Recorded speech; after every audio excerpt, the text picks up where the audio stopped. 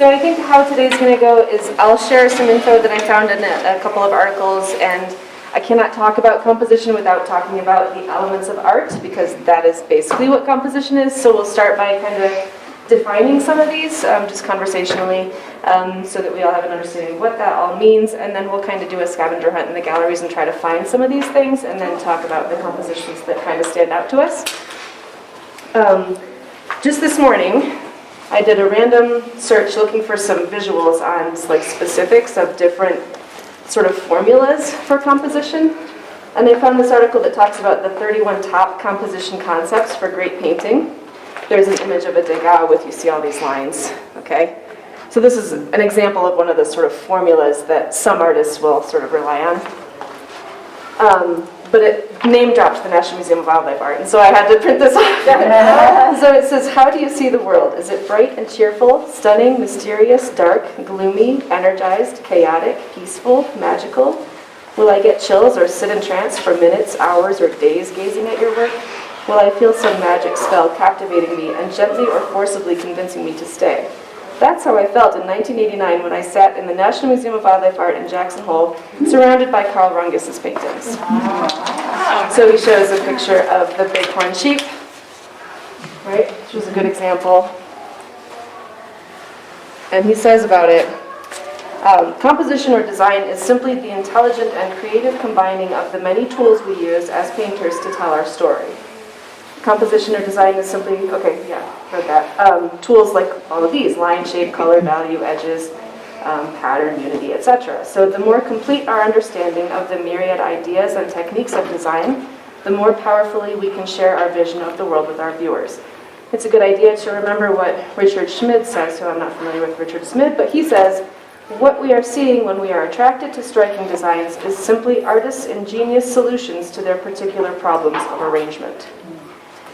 So basically what composition is, or how it's designed, is the structural design of a work whose basic consideration is a sense of symmetry or balance of parts.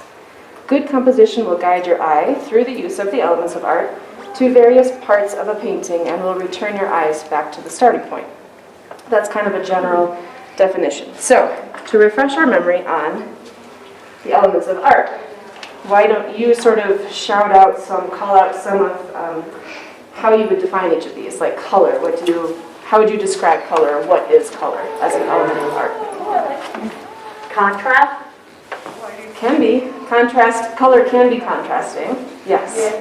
Hue. Warm, cold. Warm and cold, color. Yeah, so the temperature is a big one. Saturation? Saturation's good. Light? Light. Yeah, light and dark is actually more like value. A variation of light and dark. Which could also be described tint or tone. Tint and shade. Yep. So tint is any color that's been added with white, and shade is any color you've added black to. Color, so we got hue, which is essentially, that's the big definition of color. That's what you see, that's all the colors of the rainbow. Those names, red, orange, yellow, that's color. It could also be a viewer's perception of the light reflected by an object. That's more of like a scientific definition of what color is. It's how the light is reflecting back to your eye. Color often guides our emotions and preferences. That's kind of a big one, it's an emotion. I mean, other things can be that too, but color has a very powerful connection to how you feel about a painting. Variation in light and dark, this is also good for contrast, right? You can have contrast in color as well. Contrast is huge. In my mind, composition, it's all about contrast. It all comes back to contrast for me personally. Other people might feel differently about it, but that's huge for me. Okay, what about line? How do you define line? What is a line? What is a line? It's kind of hard to define because it's so simple. It can make a shape. It can create a shape, right? How does it create a shape? Like if you have Isn't a line how you move your eye from one side to the other? Yeah. It's basically, it connects 2 points. is the basic It's the definition. fastest way through 2 points. Yep. That's my math teacher. Yeah. The shorter distance between. The only thing I remember. Perfect. What else can I say about line? It can be, there's so many variations of using line. It can Yes. be, there can be, you know, there can be wavy lines, straight lines, crosshatch lines, parallel lines. Exactly. Circular. And again, coming back to contrast, the more different types of lines you have in a painting, the more interest you can show that way. It can express motion or feeling by being quick or slow or still or nervous in the same way that Jane described those different types of lines. Line defines a moving point through space and the dominant direction of shape, which is kind of a confusing way to say that line it can be the border, like, you know, it creates a shape. It can be the border of contrasting color, or it can suggest mass or texture or light and shadow. Okay, so what is shape? We've just established Created by lines. Yeah, that it's a shape created by light, right? It's an area defined Already by lines? linear boundaries. Or Well, think of it as an area defined by, how do I say it? By linear boundaries.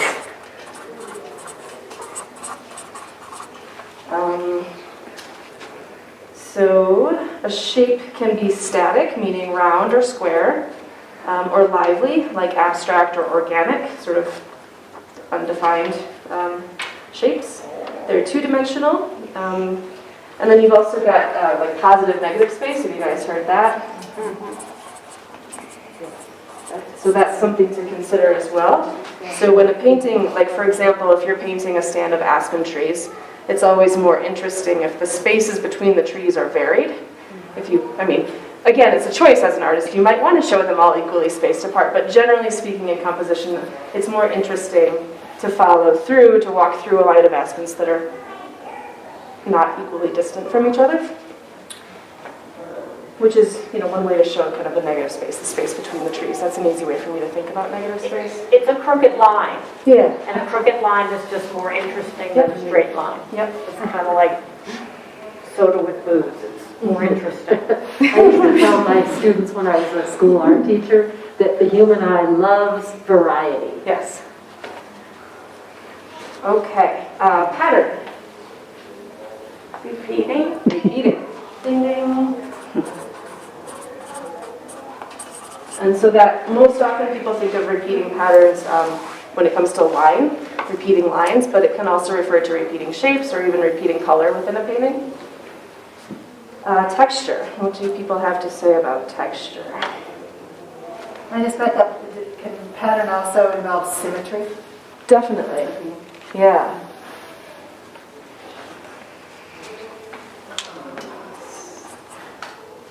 One or two? I always forget. 2. Thank you. When you said that, I thought, oh, I'm glad I don't have to write that on the board. Texture. How do you define texture? Interesting. Rough. I Rough? mean, does it depend on what you use for the painting? It can, yeah. Different medium will give you different textures. So you're nailing a point that texture can be texture, literal texture in the paint, where if we could touch the painting, we would feel ridges where the brush strokes are or things like that. It can also refer to the appearance of texture, like in Hayes's bunnies over here. The fur, you know, he's shown texture, but it's flat. If we were to touch it, we would not feel each individual hair. I think it's So the texture sense is- of what something would feel like. Exactly. Three-dimensional. Yeah, it can be 3D. Show It's what the not sense to of wear. what something. And she always said color, pattern, texture, style. Every time you came out of the dressing room and went shopping. Remember that? Oh yeah, I Stacey love and that Clinton? show. God, I love Why not that show so there? much. So yeah, the actual tactile characteristic of a thing or the visual simulation of such characteristics. But I like the way you Something like said that is standing. it. Texture is how things feel or appear to feel if we use just our eyes. Talked about that. Okay, form. Form's a tricky one because it's really similar to shape. And light, right. But so form is basically the literal shape and mass of an object or a figure. So I think of it like if you were to pour water into a pitcher or a vase, the water fills the shape, basically, and the form would be the base with the water.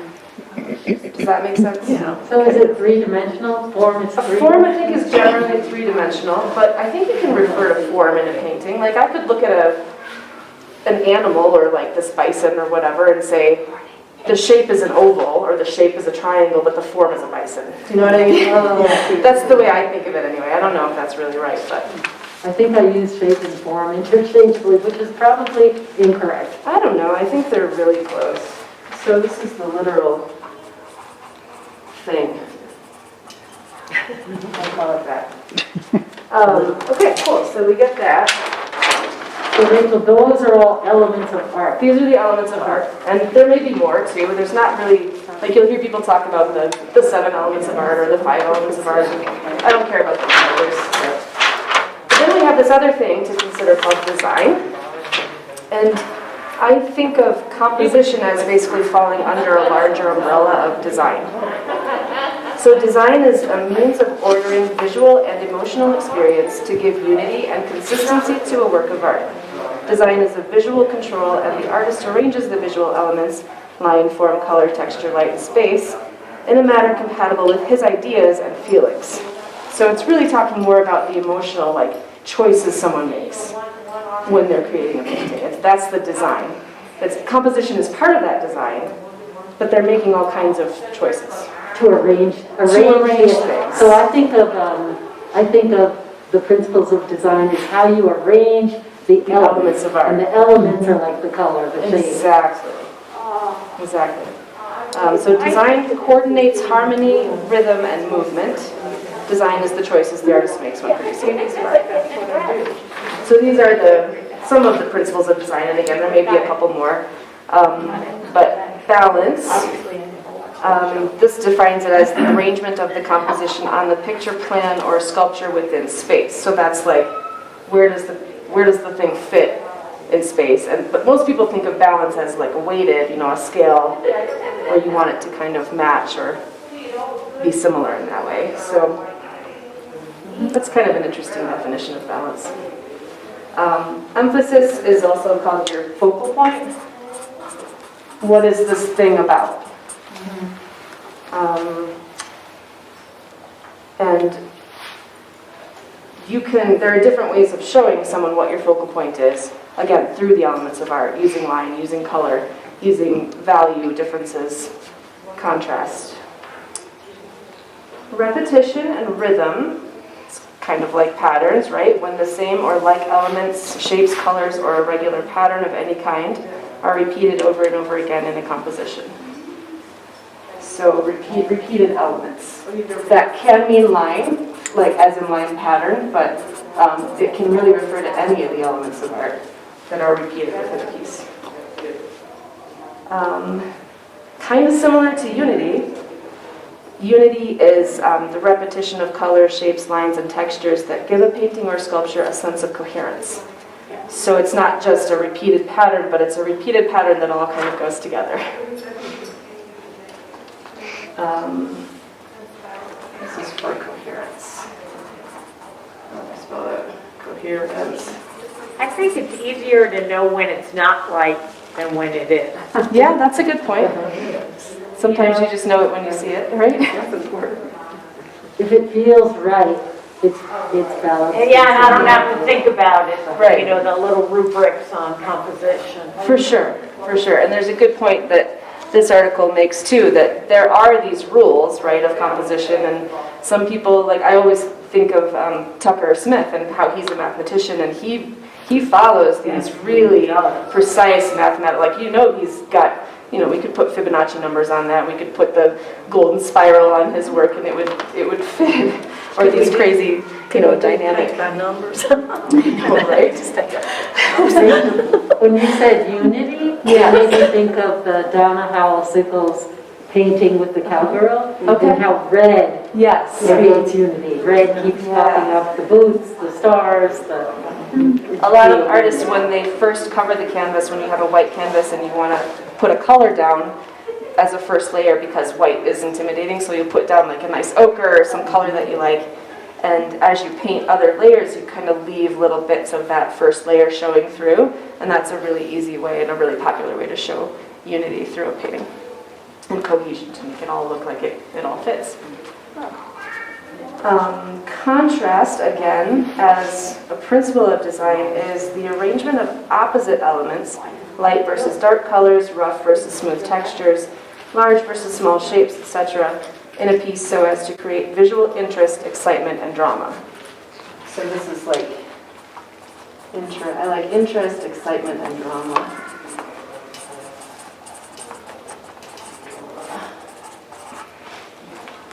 And then proportionate scale is a big one. The relative size of a figure or element in relation to its true size or other objects contained within the composition. So it's relative size. I think that's the one I notice the most when it comes to animals and wildlife. Absolutely. I can tell when I have no idea, but that fox's head is too big for his body, you know. Well, and that helps place you, the viewer, where you are in the scene. If the animal is really close, like Chief, right? You're close to that guy. And if he's smaller, he's further away. I read in our book club book that we're reading for book club, it talks about perspective, and I'm not really going to go into perspective today, and that if you're looking at a herd of animals, you'll have animals close, animals further away. The eye, if they're on a flat ground, like if they're out on the elk refuge, the eyes are all at the same level. And that was something that I think I knew, but never knew I knew. I didn't really make that connection. So it's those kinds of things that if that's off in a painting, you'd look at it and be like, something doesn't look right, or this one looks like it's floating because the eyes aren't at the same level. I thought that was interesting. Does anybody have any questions on any of that, or anything else to add? You know, remember Lainey said when she took us through Tucker Smith's and how all of his pronghorn horns always hit the top of the potatoes. He likes to crop them off a little bit at the top. Right at the horizon line. Yeah. He always Yes. had that. Yeah. You know? He created that line. But Right. I've been looking at it forever and had no clue. And Lainey, when she took us through, she was like, that's it. Because we all see it differently. Or him also obscuring the summit of Sleeping Indian with the clouds. Oh, yeah. Which is a way of kind of balancing things, right? It's a way of balancing, and it's a way of showing the focal point. Too much toward that Yep. point. Yep. I think you Except described that doesn't as. that drive you crazy when you're talking about that painting to people who are just here and you tell them sleeping Indians under this cloud, but you can't see it? I mean, I was like, I don't know why he did that. It's an important visual in the valley. Everybody knows that. But it's not the focal point of that painting. No. Because more about the elk. Yeah, the focal point of that painting is the elk, and that's why he did that. He doesn't want you to pay attention to the sleeping Indian. It's there and it's beautiful, but this painting's about the elk. That was his intention. Which is back to the whole. Sorry. I knew I wasn't supposed to say that. Sheep, It's mountain. back to the whole choice he makes about whether, okay, is my Yeah. painting going to be a landscape painting with animals in it? Mhm. Or is it going to be an animal painting with landscape? Absolutely. Right? Is that what we talked about? Yeah, definitely. So that one's an animal painting that happens to have a landscape. Okay. I understand your frustration. Maybe we can walk around it a couple and look for a couple of these things, and then I'll send you out on a little scavenger hunt with some sticky notes, and then we can talk about what you all see in some of the paintings in the permanent collection. Does that sound good? Because I have some great examples. This NCYF is a super good example of a few things, but in my mind, line is huge. Does everybody kind of see how line is important in this piece? Rachel, point out some of the lines and the So- direction of the lines. Yeah, so there are these lines in the dirt here, and there's lines in like a path here through the dirt, and there's lines that the buffalo are taking, and then this whole line of the cliff in the background that comes down here has all these lines. They're all directional, right? The shadow is super important on the water, that line, and that's not necessarily a line by itself. it's contrast, right? It's dark on the left and it's light on the right. You didn't necessarily paint a line, right? It's a dark area next to a light area that creates a line. So your eye basically is reading that as a line, even though that's not really what he painted. Does that make sense? So that line of contrast between that light and the dark in the water brings your eye back down here and then sends you back into the painting by these lines over here. So, but it's curving lines and they're interesting lines and they vary. You have, maybe this is a good one to talk about lost edges, hard edges and lost and found edges or hard and soft edges. I made a note about that. Oh, it was back in this crazy cool article here. Lines are much more than the outline of objects in our paintings. They should contribute to incredible expression, rhythm, movement, and harmony in our paintings. They can also lead the viewer where we want them to travel with both actual and implied lines. So an implied line is just something that your mind sort of reads as a line, even though it may not be drawn as point A to point B. Let's say... Okay, hard and soft edges are the hallmark of successful realism. Until you get a handle on edges, your work will lack life.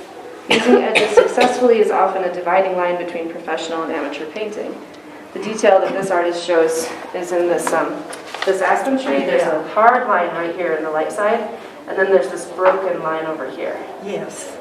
And I think there's some examples of that if we look closely at the Y. See, he's done this really hard, straight line right here that's complete, and then these kind of broken lines over here. So I'm sure if we looked at the Y, we could see that too. But this is easy to show. So he's talking about this line right here. There's this light shining on the edge of the tree. But in the shadow side, there's not a dark line.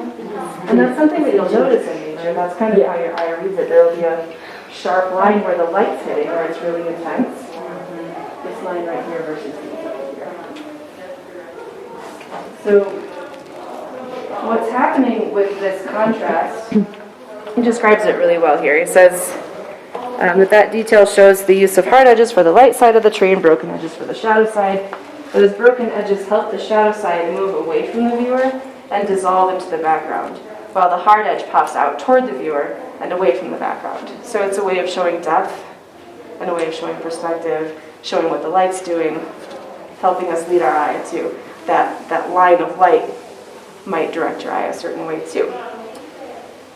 He says where two shapes of the same value cross, the edges disappear, and that's how we get lost edges. That is what we see in nature as values collide between forward objects and those in the background, shadows and lights. Where two shapes of the same value cross, the edges disappear. This is a really neat tool for a couple things. Okay, so, Oh, go ahead. Yeah. Okay, so when he was painting that tree, Yeah. okay, so did they, or he, she, Yeah. paint the tree with lines on both sides, and then depending on how the color was added, the lines on the left side disappear, and the lines on the right side stand out? That's a great question. Is that how that works? That's a great question. That's definitely one way to do it, and I think it will depend on the medium they're using. For different ways. Don't but brushes make a big difference? brushes do, absolutely. There are, different ways of making a broken line, right? You could make a broken line by picking up your brush and putting it back down.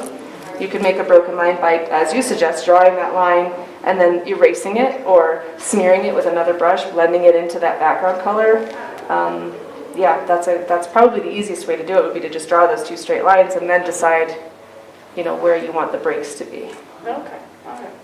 But kind of just depends. If you're using a palette knife, you can use the flat part of a palette knife and scrape it down with paint on it and just go psh, and get a broken line that you didn't really control, but it's really natural because it just does its thing. The paint does its thing. So that's these are all like decisions an artist would make based on what effect am I going for here. So, All right. but that's a good question. Thank you. So this is a tool for plein air artists to help you compose things. Have you ever seen these little okay. So this one's cool because it tells you the dimensions of like all the canvases that are available. So if you like to paint on a 20 by 24 inch canvas, or you have a 24 by 20 canvas in front of you, you find this card and you can hold it up and kind of decide Okay. how things look. You can close one eye. So you could be out in the landscape, moving this around, so you get the composition you want, and you say, that's It it. just helps you visualize, helps you imagine with the outside frame as sort of your constraint. Like, I'm limited by these edges, so what can I do with that? You know, should I center it? And it tells you where the centers are, so that if you want to follow the rule of thirds, or you want to try to figure out the horizon line, if you want your horizon line straight in the middle, which most people don't, it just helps you figure out what an interesting composition would be. And there's also a cool tool here, talking about value again, which we define as light and dark contrast. So things that are close in value, you can find with this little tool, which is just 2 holes. And you just hold it up and close one eye, and you can look around and find, what the contrast is. It's easier to just pass it around and let you experiment Rachel, with do it. you It's really use that fun. when you're painting? Not nearly enough, though. But yes. When I was a school art teacher, I take the old-fashioned slides, like a Yes. slide projector, and punch out the film and give them to the students as a viewfinder. Yep, just I a grew up doing frame. that same thing. But that's a fancy version of It that. is a fancy version. That came along with this book. Learn to see, learn to paint. And this is a fascinating book if you're interested in digging really deeply into the science behind color and the science behind composition. But holy cow, this guy is kind of an amateur author, so I don't love the way that he writes, or maybe the way this is edited. I don't know. It's very wordy, but there's a lot in here that you can. You're welcome to borrow this from me if you want to. What's the book? Learn to see, learn to paint. He's a plein air painter, and his art's very good. Came with this cool pen thing with a sphere on the end, which I couldn't find in my toolkit, but it's around somewhere. It just has this little ball on the end that's white, and you can hold it up, and it helps you see which direction the light's coming from. But he has a nice color wheel in here too, which I'll just remind everybody what the color wheel looks like. This one's cool because it shows you, he's basically tinted all the colors, so it shows you what happens to each of the colors as you add white.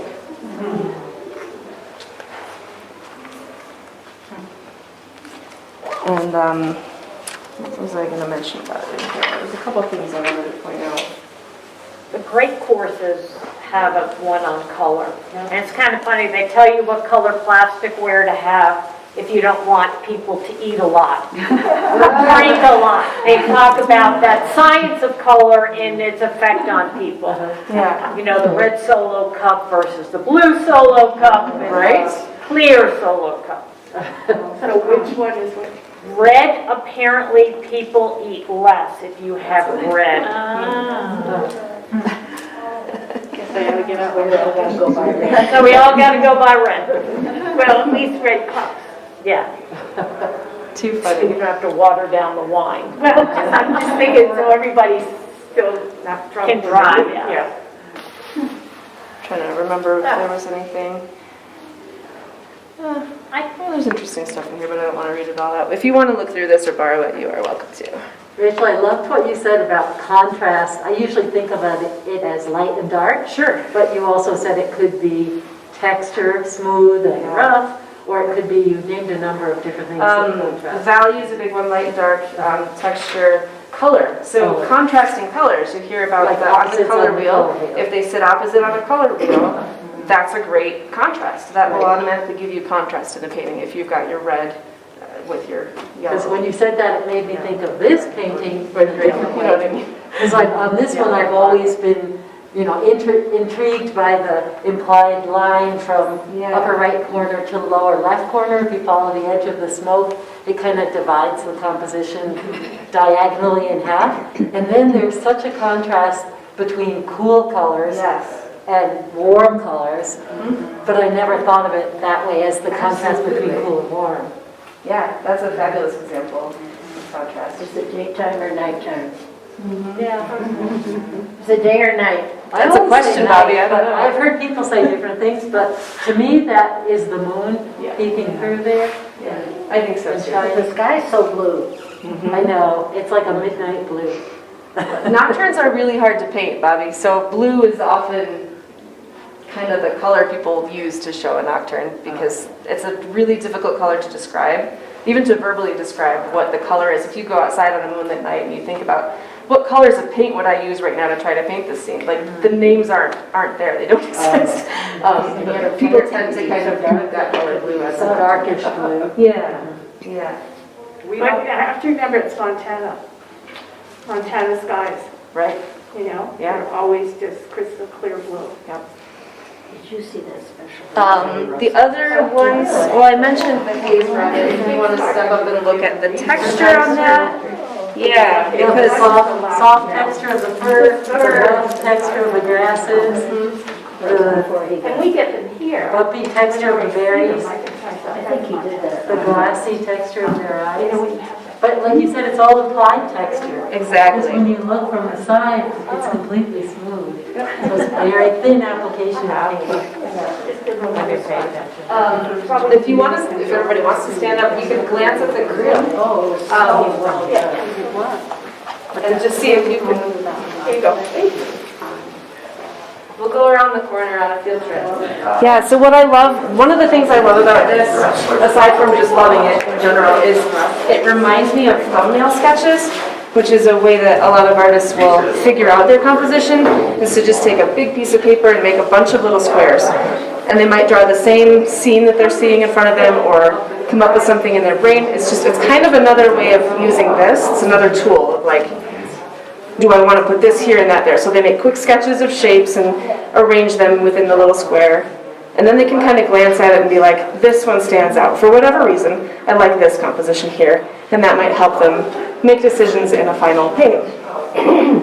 So that's not exactly what this is, but it's what it reminds me of. So what are some of the things, some of the elements that you might see in these? Pattern, Pattern, where do you see pattern?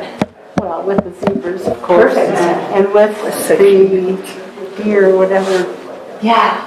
and the deer. Huh?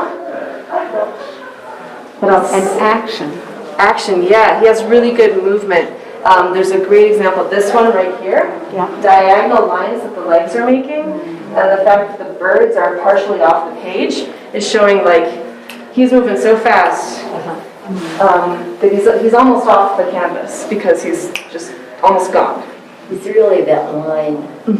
And the giraffes, the line going up kind of the back. So look at what this line, what does this line of the tree do for you? The one at the very top, that squiggly here line.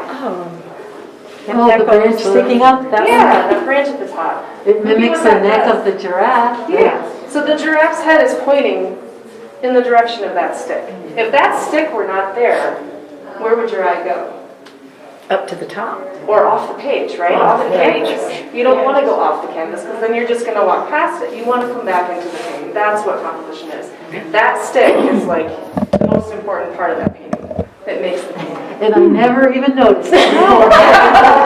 Right. So why he chose to make the angle of the head like that, because 3/4 is a nice perspective of the animal to see a lot of the animal. But without that stick there, you wouldn't come back and see this little guy. You might miss the little guy. I totally see it now. Right? Now that you pointed it out. Okay, what else?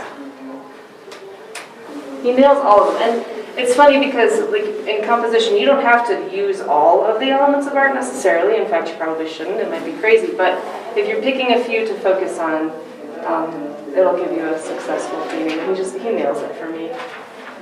What about contrast? Tons of it. You got, Yeah. you got light and dark here, this whole silhouette in front of the sun. This top one here, this is my favorite. This is my favorite of all of them. I love it. And that top one you have not just light and dark, but you also have warm and cool once again. You do, absolutely. And also texture. Look at how smooth the clouds are at the top and how rough the grass is at the bottom. Oh yeah, lots And of complementary colors. Yep. Yeah, orange and blue. opposite on the color wheel. Yeah. See, that to me has such a different feel color-wise than the lions do. The lions, the colors there are almost serene and soft. Yes. What you get that emotional feeling from that, even though it's two lions. With that one, you don't. You get much more feeling of movement. And Yeah. What you're seeing is called key. This one is really high key. Saturated color. High key. The lines are harder. right? The edge of the animals, there's that really hard line, whereas this one you have a lot more broken edges, lost edges, broken lines, things like that. Okay, Rachel, you helped me to see something else by pointing out that stick. Yeah. Look at this stick or vine. Yeah, Here. absolutely. So if it weren't there, your eye would travel down the tail and right off the bottom of the painting. But this bent vine captures your eye, and it also mimics the tail, the bent It does. tail. And it reflects sort of this other branch, this other larger stick as well. And look at the curve of his rump. And the curve. Yes. The tree. Yeah. Both trees. Both That of them, tree the one on and top that. too. Yeah. Repetition of a line or curve or shape or whatever you call it. Yeah. So it has a lot of balance. Yes. Right? Absolutely. Balance, unity, rhythm, movement. He nails them all. Well, I think I think you guys have been talking. Do you feel comfortable, like you've talked amongst yourselves about what you've seen a little bit? I think they kind of did that on their own. Does anybody want to point out what they saw, in particular? Yeah, did anybody find a work of art that had 5 or more strengths? Right? Or like there's one here that has 2 notes and flats right there. I didn't know I saw the tabs. Parallel lines of repetition.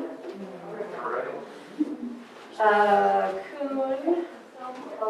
Come to mama. Texture. Bare fur. Movement. Lines. Color contrast.